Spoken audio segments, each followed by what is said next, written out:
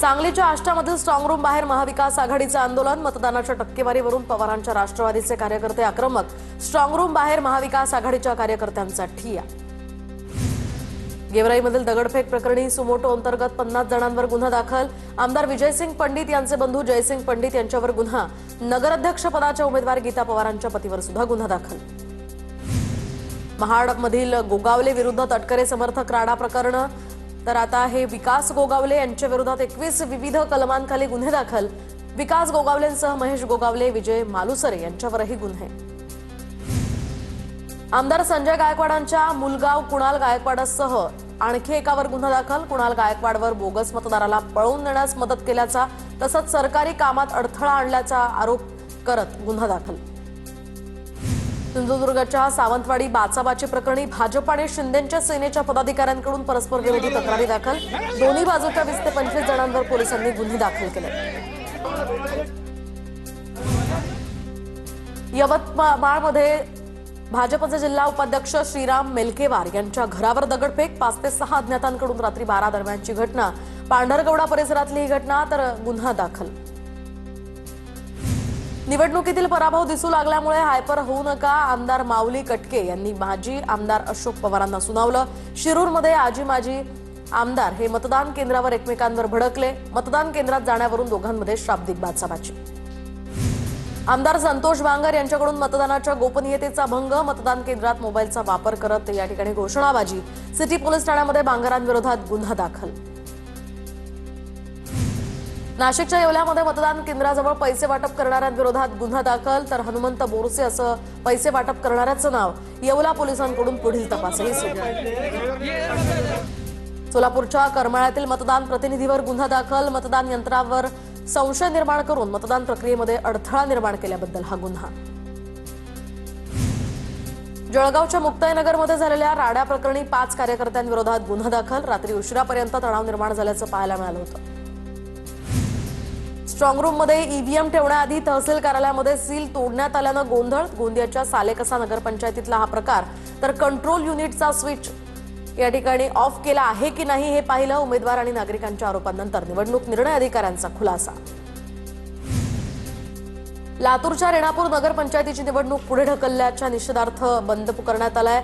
व्यापाऱ्यांनी दुकानं बंद ठेवून रेणापूर बंदला दर्शवला पाठिंबा। शरद पवारांच्या राष्ट्रवादीकडून बंदचं आवाहन। अमित साटम यांच्या मतदारसंघात दुबार मतदाराचा मनसेचा आरोप। दरम्यान 30 हजारांपेक्षा जास्त दुबार मतदार असल्याचंही समोर। मनसे शिष्टमंडळाकडून पालिकेच्या के पश्चिम विभागामध्ये कार्यालयात निवेदन। नागपुरात नगर परिषद आणि नगरपंचायत निवडणुकीच्या आधी मतपेट्यांना 3 स्तरीय सुरक्षा। 24 तास सीसीटीव्हीचा वॉच आणि राज्य राखीव पोलीस दल पेट्रोलिंग करणार। रत्नागिरी जिल्ह्यातील 4 नगर परिषद आणि 3 नगरपंचायतींच्या मतपेट्या या ठिकाणी रात्री उशिरा स्ट्रॉंग रूममध्ये दाखल। सर्वच ठिकाणच्या मतदान यंत्रांच्या स्ट्रॉंग रूमला राज्य राखीव दल आणि पोलीस स्थानिक सुरक्षा कवच। सातारा जिल्ह्यातील 7 नगरपालिका आणि 1 नगरपंचायतीचं ईव्हीएम मशीन एमआयडीसी मधील गोदामात ठेवलं। स्ट्रॉंग रूम परिसरामध्ये सीसीटीव्ही कॅमेऱ्यांसह पोलिसांचा या ठिकाणी मोठा बंदोबस्त। हिंगोलीच्या गोरेगावमध्ये बंदची हाक। तर क्रांतिकारी संघटनेच्या पदाधिकाऱ्यांवर खोटे गुन्हे दाखल झाल्याचा आरोप। आवश्यक सेवा वगळता व्यापाऱ्यांचा बंदला चांगला प्रतिसाद। कोल्हापूरमध्ये संतप्त महिलांचा महापालिकेवर मोर्चा। निकृष्ट दर्जाचे रस्ते आणि परिसरातील धुळी विरोधात महिला वर्ग आक्रमक। ठोस उपाययोजना करण्याचीही मागणी। नाशिकच्या तपोवनमधील वृक्षतोडी विरोधात लढ्याला कलाकारांचा पाठिंबा। अभिनेते सयाजी शिंदेंच्या नेतृत्वात कलाकारांचं तपोवनात निषेध आंदोलन। अभिनेत्री अनिता दाते, चिन्मय उदगीरकर यांचाही आंदोलनात सहभाग। नाशिकच्या तपोवन पाठोपाठ आता सोमेश्वर जवळ सुद्धा होणार जॉगिंग ट्रॅक आणि तो जॉगिंग ट्रॅक आता वादात। शेकडो झाडांच्या मधून कॉन्क्रीटचा रस्ता तयार करण्याचा हा घाट। कुणाच्या मागणीवरून ट्रॅक तयार होतोय? शिवसेनेचे माजी नगरसेवक विलास शिंगद यांचा सवाल। पुणे महानगर प्रदेश विकास प्राधिकरणाची बेकायदा बांधकामाविरोधात अतिक्रमण मोहीम तीव्र। हिंजवडी जवळील जांभे परिसरामध्ये एक अनधिकृत आरएमसी प्लांट जमीनदोस्त। अनधिकृतरित्या आरएमसी प्लांट उभारणी करणाऱ्यांचे धाबेदण आणले। सांगलीतील पोलीस दलाच्या संस्कृती सबसिडियर या कॅन्टीनमधील अपहार प्रकरणी कॅन्टीन व्यवस्थापक हवालदाराला अटक। कॅन्टीनमध्ये 74 लाखांचा अपहार झाल्याचं उघड। हवालदाराला 5 दिवसांची पोलीस कोठडी। पुण्याच्या हिंजवडी फेज 1 मधील इंटरनॅशनल नामांकित शाळेला बॉम्बची धमकी, तर धमकीचा मेल आल्यानंतर शाळा प्रशासनाची पोलिसांना माहिती. पिंपरी चिंचवड शहर पोलीस घटनास्थळी दाखल. अंबानीच्या सुनबाई राधिका मर्चंटनं घेतला पैठण इथल्या कंपनीचा आढावा, तर आगीच्या घटनेमुळे कंपनीचा विस्तार. त्यामुळे एनकेरो हेल्थकेअर या औषध निर्मिती कंपनीत संचालिका राधिका मर्चंट अंबानीनं दिली भेट. यवतमाळच्या दिग्रस तालुक्यातल्या रायाजी गावाजवळ अरुणावती प्रकल्पाच्या कॅनलला 3 जागी मोठे भगदाड, तर अनेक शेतकऱ्यांच्या उभ्या पिकांमध्ये तलावाचं स्वरूप. पाण्याचा जोरदार प्रवाह शेतात शिरल्यामुळे पिकांचं अतोनात नुकसान. ऊस क्षेत्र वाढल्यामुळे राज्यामध्ये यंदा साखरेचं चांगलं उत्पादन. यंदाच्या हंगामात 342 लाख टन उत्पादनाचा अंदाज. यावर्षी महाराष्ट्रामध्ये साखरेचं उत्पादन बंपर होण्याची चिन्ह.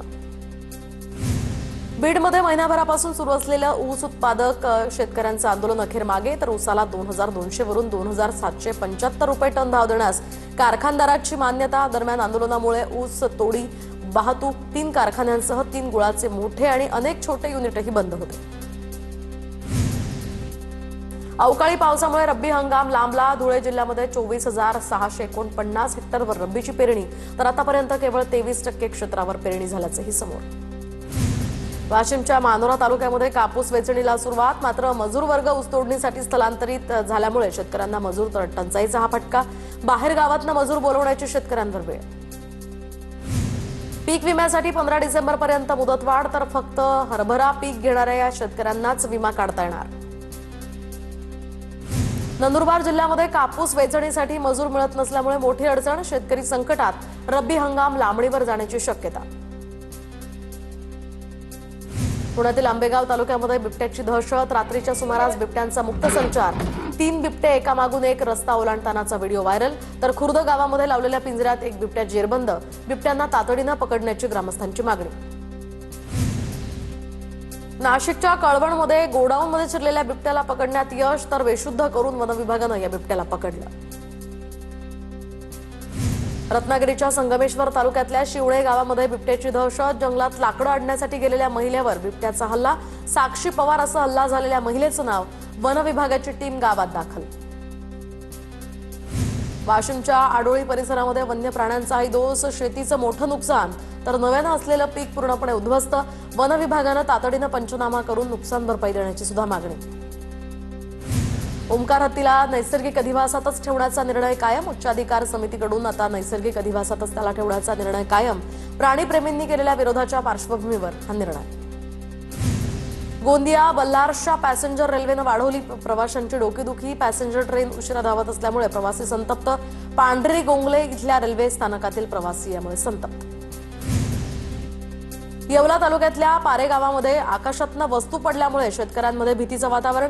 पंचनामा केल्यानंतर हवामान यंत्र असल्याची बाब समोर. शेतामध्ये आकाशातनं वस्तू पडल्यामुळे परिसरातील नागरिकांनी गर्दी केली होती. गेल्या वर्षभरात 1,51,00,000 भाविकांची शेगावमधील गजानन महाराजांच्या समाधीस्थळी भेट, तर आता कोरोना काळानंतरचा हा सर्वाधिक मोठा आकडा असल्याचं मंदिर प्रशासनाचं स्पष्टीकरण. सिंधुदुर्गातील प्रसिद्ध आंगणेवाडी यात्रेची तारीख ठरली, तर पुढील वर्षी 9 फेब्रुवारीला आंगणेवाडीची यात्रा भरणार. यात्रेची तारीख जाहीर झाल्यामुळे रेल्वे बुकिंगसाठी गर्दी होणार. साताऱ्याच्या माण तालुक्यातल्या मलवडी या गावातील खंडोबा आणि महालक्ष्मीचा रथोत्सव सोहळा मोठ्या उत्साहात संपन्न. मंदिराच्या बाहेरील कमानीवरून मोठ्या प्रमाणात भंडारा आणि खोबऱ्याची उधळण. वर्ध्याच्या मोरांगणामध्ये संत काळे महाराज पुण्यतिथी सोहळ्याचा समारोप. याच वेळी संपूर्ण गावातनं पालखी दिंडी मिरवणूक काढण्यात आली. मिरवणुकीमध्ये भाविकांचा उत्स्फूर्त सहभाग. नाशिकच्या कळवणमधील आदिवासी पाड्यावर डोंगऱ्यादेव उत्सवाची धूम, तर डोंगऱ्यादेवाच्या उत्सवाला प्रारंभ. पुण्याच्या भोरमध्ये दत्त जयंतीनिमित्त 5 दिवस दत्तनामाच्या सोहळ्याचं आयोजन. सोहळ्यादरम्यान 101 जणांनी केलं गुरुचरित्राचं पारायण, तर 5 दिवसांच्या या सोहळ्यामध्ये भजन, कीर्तन, होम हवन, रुद्राभिषेक अशा विविध कार्यक्रमांचं आयोजन.